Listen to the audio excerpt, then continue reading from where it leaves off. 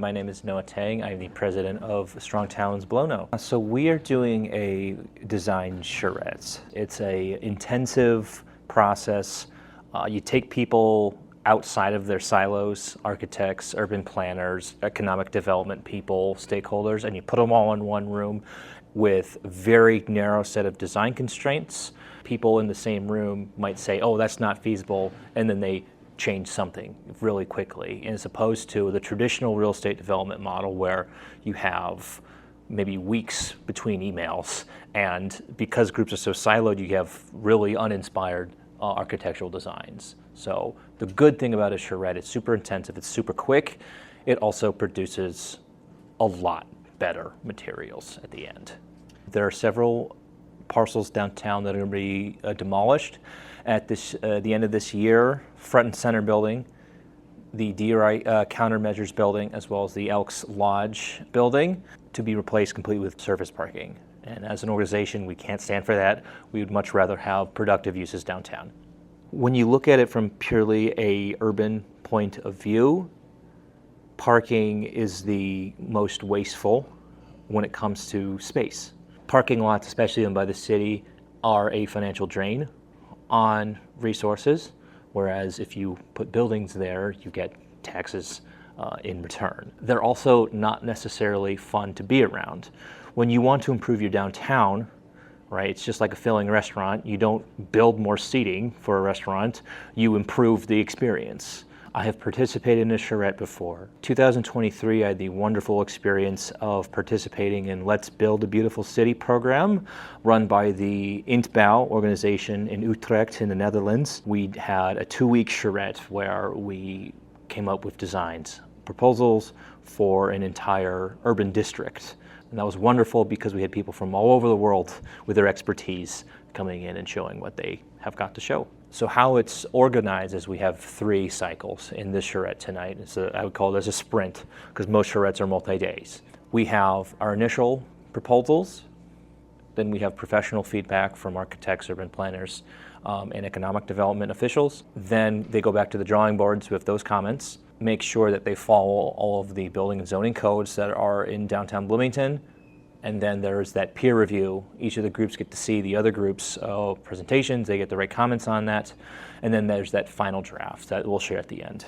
We're going to put these proposals together in a packet, refine the designs, show how they provide positive economic impact on the community compared to parking. We sat down with the management at the city early on in the process here before we actually got started with the in-person charrettes, and they were 100% on board. Because we are a citizen-led group, they want to see people doing this. Instead of constantly complaining about what's downtown, they want to see people actively doing things to vision a better future for our community. Privacy fence, because we don't like through everything. I'm Catherine McCarthy, and I've lived in Bloomington since 1991. I've been working with Strong Towns since last year. I'm the neighborhood liaison on the executive committee for the neighborhoods. There's this idea in Strong Towns to revitalize the neighborhoods. I never heard of a charrette before, which is this idea of doing a kind of blitz design and getting different kinds of people together, like architects and construction people, engineers, people who do zoning, all that kind of stuff, with other people who are interested in coming up with a design. Hopefully we can do better than just a parking lot.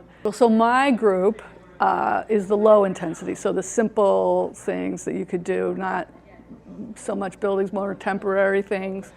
And so one of the things I thought was really interesting was to have like a marketplace, like a structure, a permanent structure where you could have year-round events. You could have a Chris Kringle market, you could have different kinds of things. You could also have outdoor space for outdoor dining and much more green space, and also space for maybe pop-up stores or workshops or something that are like really micro that could help people for entry-level entrepreneurship, so it wouldn't be so expensive to go rent a whole store or storefront. It doesn't have to just be a big, huge parking lot. So. That way, there's more parking actually, but further that way is residential. Bring people closer. I'm Hannah Horn. I work for the City of Bloomington. I'm a downtown development specialist. I focus on everything downtown. So I manage the farmers market, I do some business retention and attraction, I deal with the public infrastructure that you see throughout downtown, as well as working one-on-one with business owners, some marketing, some special event permits, a little bit of everything. I think we have a really interesting fabric of both community members, because you have some people who are long-standing citizens, as well as the residents of the colleges inside of town. So it's constant turnover, but it's also consistency as well. So it feels very small and large. The more engagement we have from like people excited to make change inside of our community, the better it's going to be, because if you don't talk to the stakeholders, then what are you really getting? Strong Towns has done a really good job being inclusive of city staff. A lot of times what people don't understand, it's not always a city decision. Sometimes it's also the business that we're trying to get in. There's a lot that goes into that inside of the back end, and there's feasibility studies, and that's a whole other realm. But understand that the reason why we have processes the way we do is to be as thorough as possible and to make sure that not only the business succeeds inside the community, but the community embraces that business as well. I think that people need to understand more that any city-owned property at any point, depending on what could go there, is open to development. It's not just open and closed. We do really value parking, do not get us wrong, especially with the streetscape plan and all of that going down.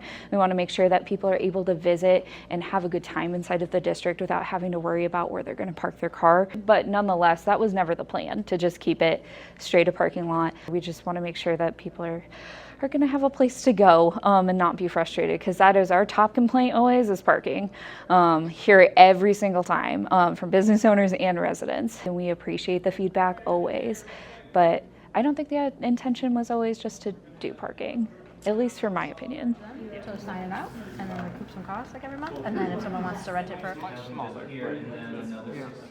Yeah, so I think more than anything, I just want to be able to provide an outside perspective. I'm not a developer, I'm not an architect, not an engineer, but I'm a community member, and I have a family in this community too. So providing that perspective on what do I want my kids to see, what do I want just a regular citizen of Bloomington to be able to see on a daily or weekly, even weekend basis, you know, as it goes with our farmers market, you know, as I think of some of the things that I enjoy about downtown. If I'm not speaking up and talking about what I want to see, then who else is going to do it?